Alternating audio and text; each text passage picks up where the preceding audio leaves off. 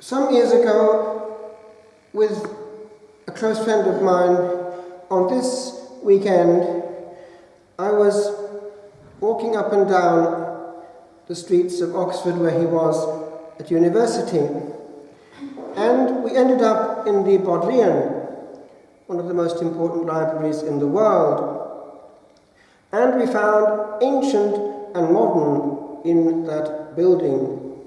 Among the ancient bits was a collection of old books concerned with the liturgy, missals but in very ancient printing or manuscript, and we noticed that it was this same gospel still already being read from the earliest times.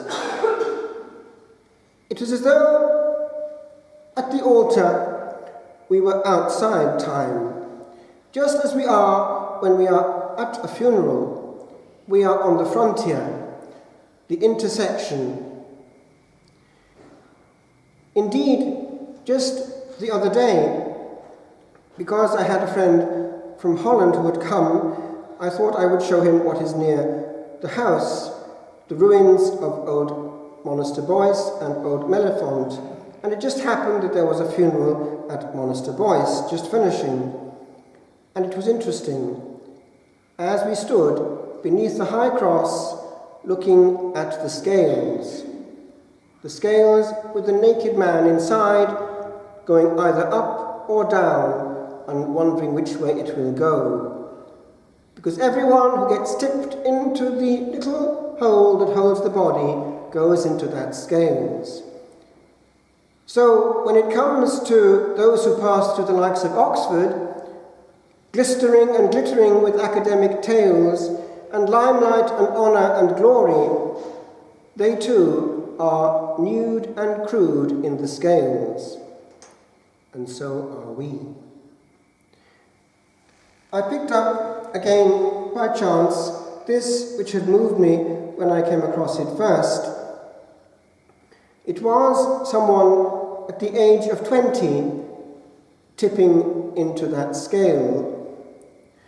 And this person, I thought actually it was a woman, but it was a man, because it's in the masculine, as I notice as it goes on.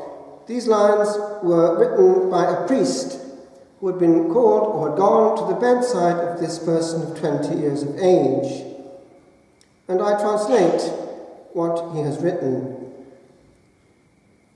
She had accomplished barely 20 years of age.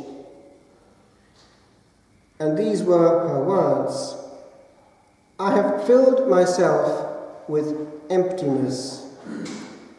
I have ever refused the truth. I have wanted to block out God. All I knew how to do well was destroy my happiness." And he adds his comment: "Last words, last worried words of a young drug addict, expiring in my arms." He went forth without having experienced even one moment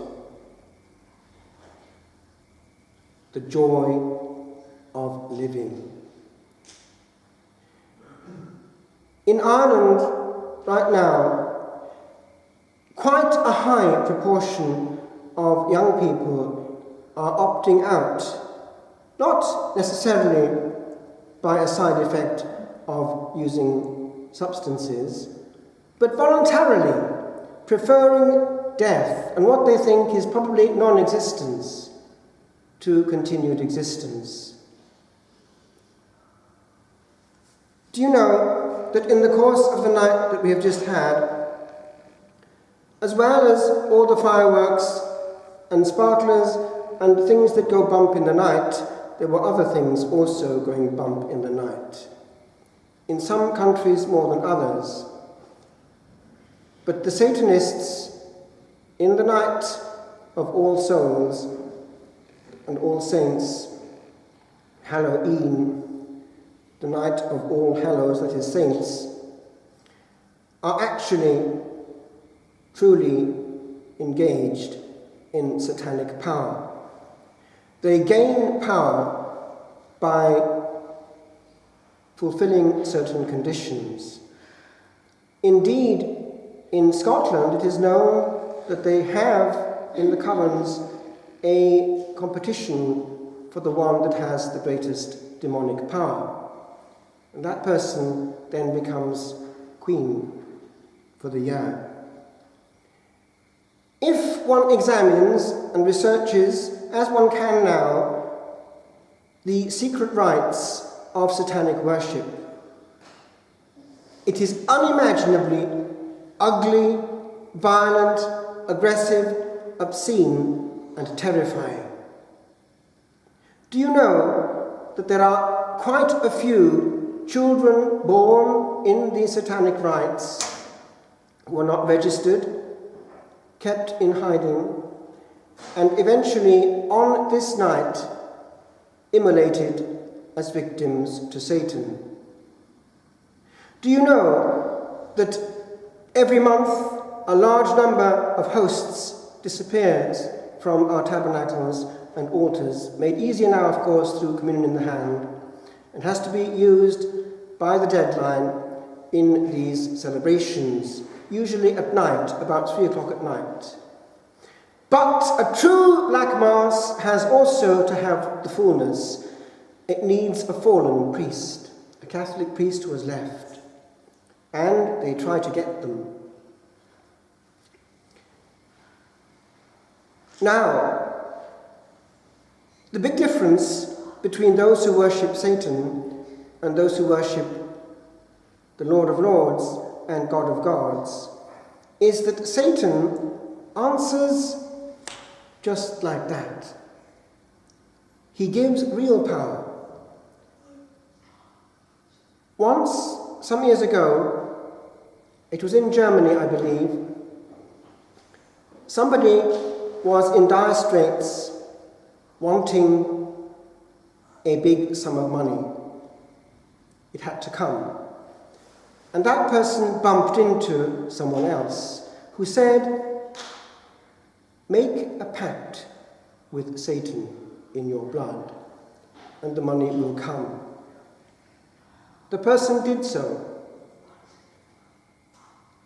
That very night, a person came along and said, "Here are 500 marks. Take it. But remember your pact." Eventually, that person got into what we would call bad luck. Everything started to go wrong. But he had the money. Now, observe people out there who are very successful in certain domains, unexpectedly successful. Scratch underneath. Ask yourself, why? But don't just think that it's the big-time satanic ritual. It's also bits. Now, you know how Satan works. He gives the immediate effect. Ask anyone who's got involved with certain New Age practices like Reiki, and you will find, yes, there is immediate healing, apparently. But then, go into detail. Down the line, was there what we would call bad luck? Curses. It's the cheap vendetta of the poor. Launch a curse. It is interesting that the curses actually work. Why? Because Satan loves to be prayed to, loves to be invoked, and is not a bit shy once he's got a foothold to stay in that door. Bad luck. The Lord is proposing another way. I will just leave you with one of these Beatitudes. It's peace. Peacemakers. Everyone involved in anything to do with Satan is an unpeaceful specimen. People who can't be at peace with themselves or let anyone else be in peace either. Nuisances, heavyweights, and menaces. But we are our own enemy too. We do not have to have any contact at all with anything that smells of sulfur. Think twice before who you spend time with and what artificial means you spend time with. It's all a little bit of Satan. And if we want peace, we have to have it under the conditions of the one that gives it. I just conclude. In the Gospel, we are told that there's a blessedness for the pure in heart. The heart, the soul, is all we carry through life, and indeed eternity in a sense. All the rest we shed. In the desert, they strived for two things. They strove for the last goal, kingdom of heaven, where we're all heading for, and the immediate goal, the means, purity of heart. And that meant in practice two things. Because in the desert, the mind is a whole video working overtime. Two things they have to shed. One, thoughts of vengeance and violence, vendetta and unforgiveness. Does that sound familiar? The other, purity with regard to chastity. Because the devil brings in a whole phantasmagorical world of images in the virgin mind. Switch on the television and it's done for you, and the images are implanted in your memory cells forever. There are no shortcuts. They spent all their life trying to get purity of heart. We too, in Ireland, have the desert, mountains and islands, fields and virgin forests where there was no contamination. Look how far away from noise is Skellig Michael, and yet they built, way back in the 6th century, perfect beehive cells where man could hear the uncontaminated sound of ancient silence.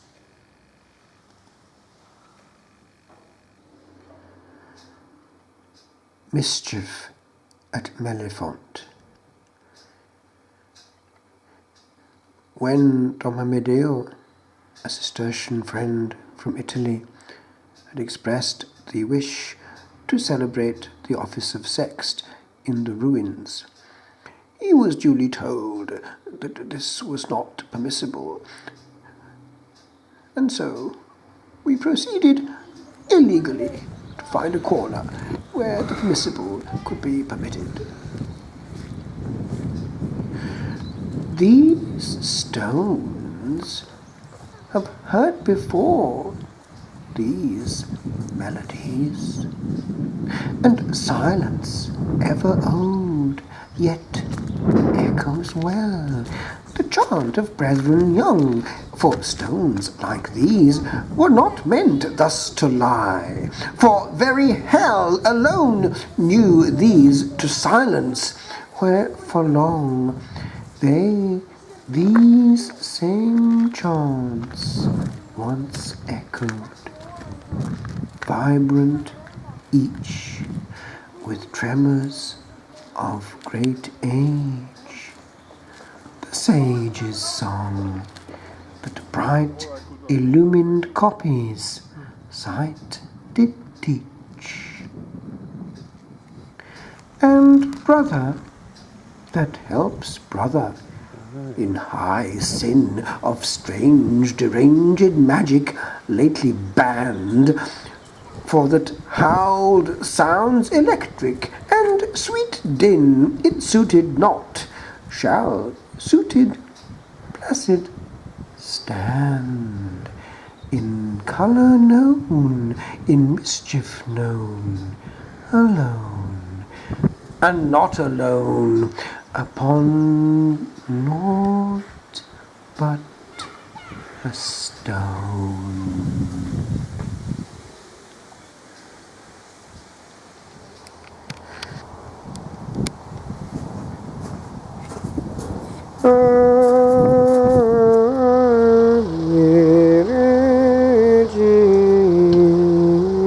Regina, Mater misericordiae, vita dulcedo, et spes nostra salve. A te clamamus exunes spirime, a te suspiramus, gementes et flentes, in ac lacrimarum vale. Ea ergo advocata nostra, illos tuos misericordes oculos ad nos converte. En Iesum benedictum fructum ventris tui, nobis post hoc exilium ostende. O clemens, o pia, o dulcis Virgo Maria.